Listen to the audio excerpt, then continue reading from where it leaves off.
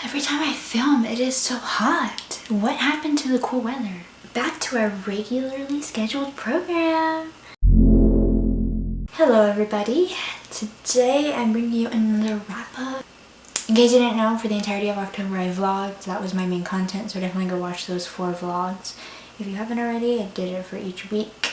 Today I'm going to be talking about the books I read in October. I did not read as much as I wanted to because, oh my god, as luck would have it, not my favorite month of the year, but my favorite holiday season just got overcrowded with work. I was so busy. Oh my god. Every week and every weekend I spent doing homework. Life has been great, guys. Let's just get into the stats. I read 6 books, basically my average, and I had a total of 1,699 pages, which is so annoying. I read 3 physical books, 2 ebooks, and 1 audiobook.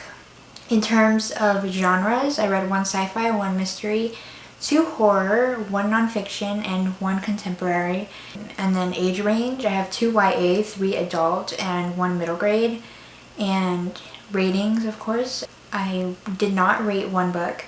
I didn't give any 1 or 2 stars. I rated 1 in that 3-star range, 5 in that 4-star range, and I didn't give any books 5 stars. The first book I have to talk to you about is Attack of the 50-Foot Wallflower by Christian Mckay Heidicker.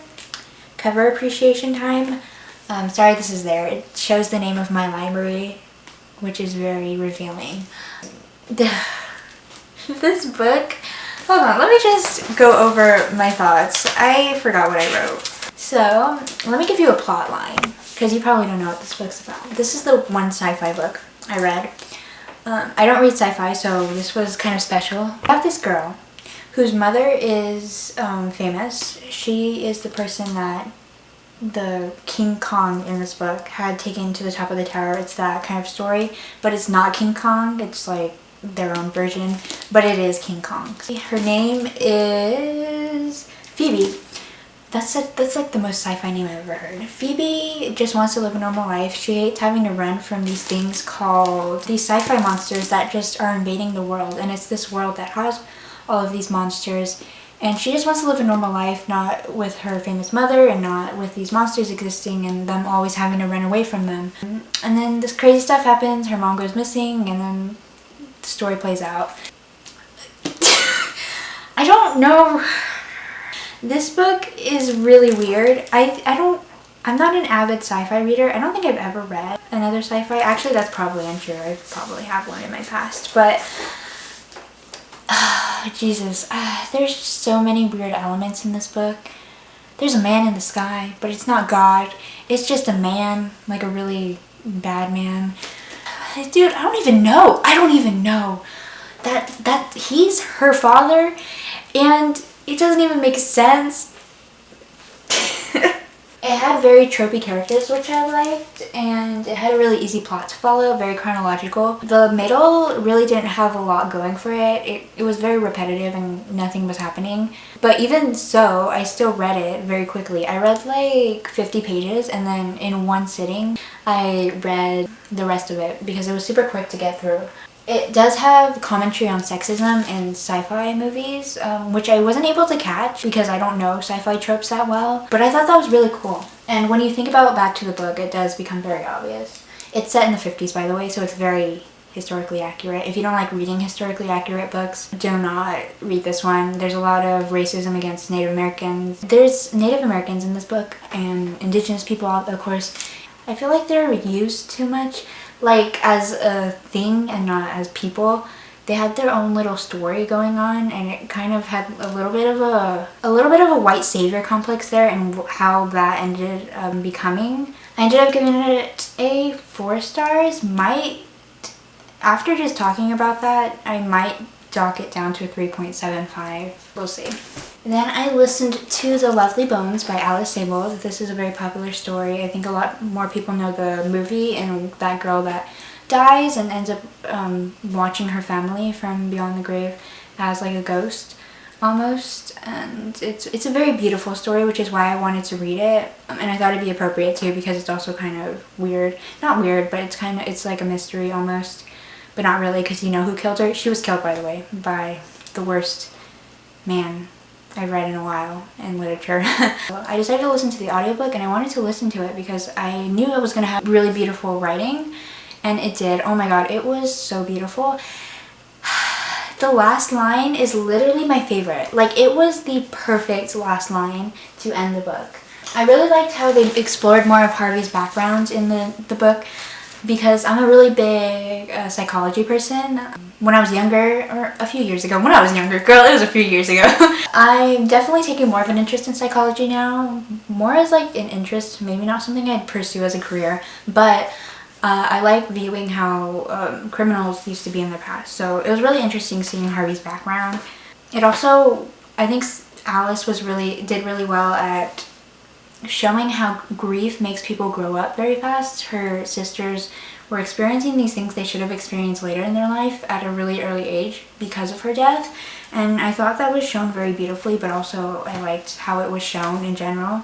This one I don't have much to say about because I listened to most of the audiobook in one sitting. I do this all the time with audiobooks, but I ended up giving it a 4.25 stars. Ararat by Christopher Golden. This is a first book in a series, but it's like those adult series where each book is different. So the series is called Ben Walker. It follows Ben Walker, who, by the way, is my favorite character. So I was very pleasantly surprised when I found that out.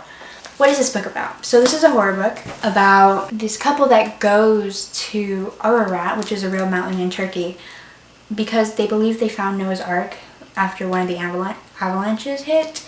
And they bring the whole team there, the film crew, the scientists, researchers, whatever, and they live in this mountain to discover more about the Ark, but mainly because they find a skeleton that has horns, which is obviously not human, and they want to really research it.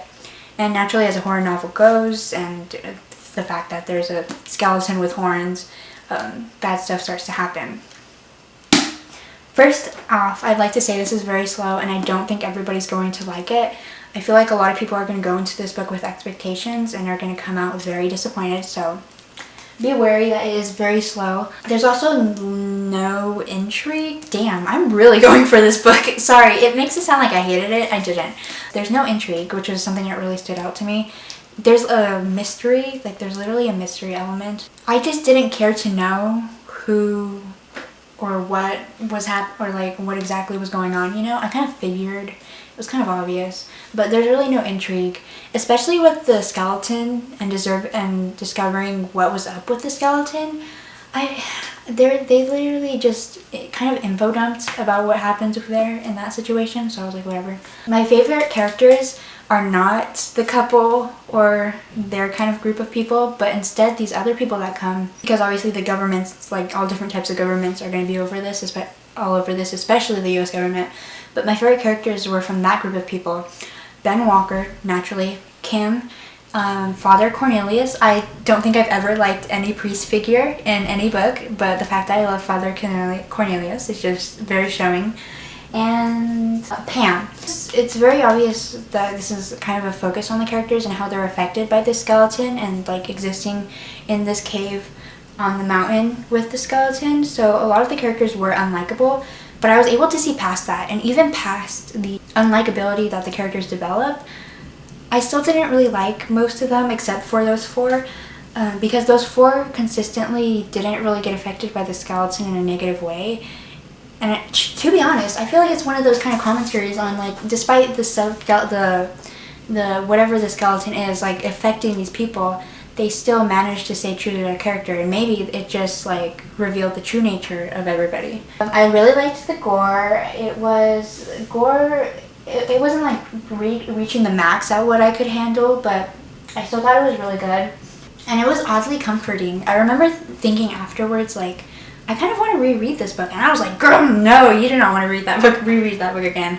Not with the slowness of it, but I think I was really attracted just by the setting, because it's set in this one cave throughout the entire book, and I just got a really comforting feeling from that. I ended up giving this one a 3.5. I have one that I'm going to talk about very quickly because it's a picture book. I read Monstrous by Carlyn Beccia or I'm so sorry. This is just talking about like different types of monsters in literature and media. Oh, through like science and like facts and whatever. I thought it was cute. I don't know. It was cute. It was fun. It teaches you stuff and how to survive situations that are real life. Obviously in the book it's like how to survive monsters, but then it's actually talking about what to do when you're losing a lot of blood. And I read Mexican Gothic. I cannot tell you how much I love this one, and I feel like I like it a little bit too much because everybody I've ever seen talk about it, even people that like it, have only given it max maybe 4 stars, but mostly I've seen a lot of 3.5s, so I'm like over here sitting with my 4.5 rating and I'm like, girl, am I missing something? This one's very popular, so I'm not really going to talk about what it's about. So we'll go straight into my thoughts. I have so many thoughts that I want to talk about, but I can't because most of them are spoilery, and this book is really about discovering what's going on in this house. So I'll try not to talk about those, but I loved it as a Gothic horror. If you don't know, Gothic horror is my favorite subgenre, so I thought it did really well as a Gothic horror in the way that Garcia really describes the setting very well, and creates a great atmosphere, much like Gothic horrors are supposed to. Noemi was that girl. She was my favorite character. I definitely relate to her.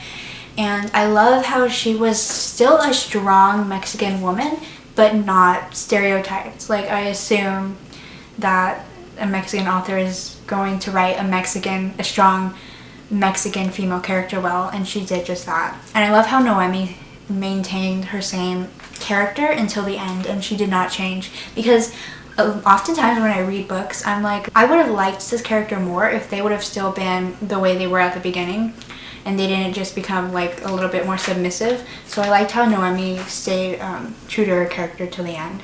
There were creepy characters, more into that Gothic horror thing. I hated Virgil, but he is such a well-written character. It was a very quick read. I read it in one day, which was cool. Basically that's it, but I just really loved it. I thought it was really cool. Oh, and I really loved the commentary on colonialism and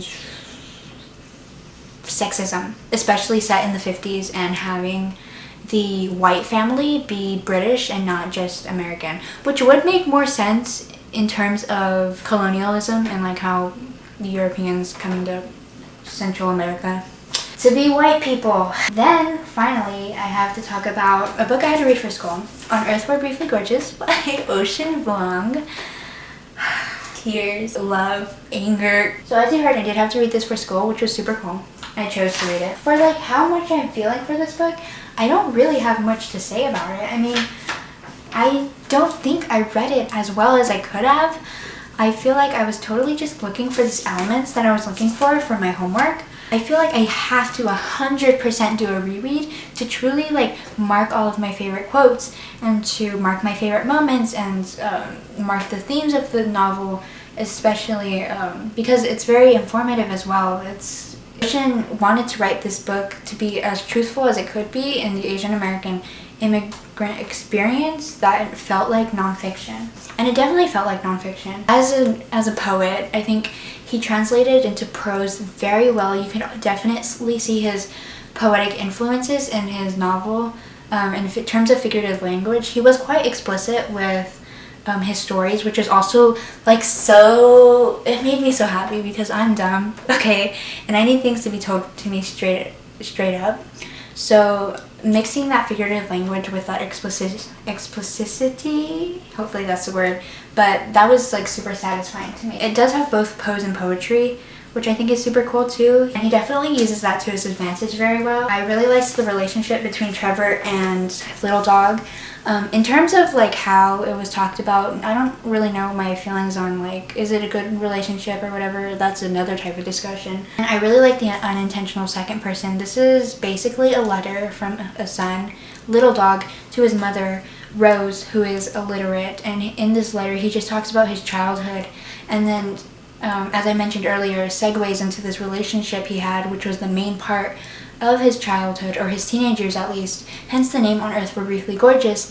It's this temporary happiness that he had that only can be experienced by kids and can't come with us in our growth to our adult years. And his temporary happiness was his relationship with Trevor. And now I'm thinking, like, what's my temporary happiness? Is it this YouTube channel?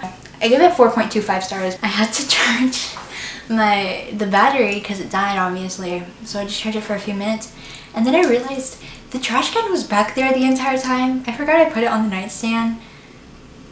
That's fun. Thank you guys so much for watching. I hope you enjoyed. Hopefully this isn't too long. Let me know if you've read any of these books, and I'll see you next week.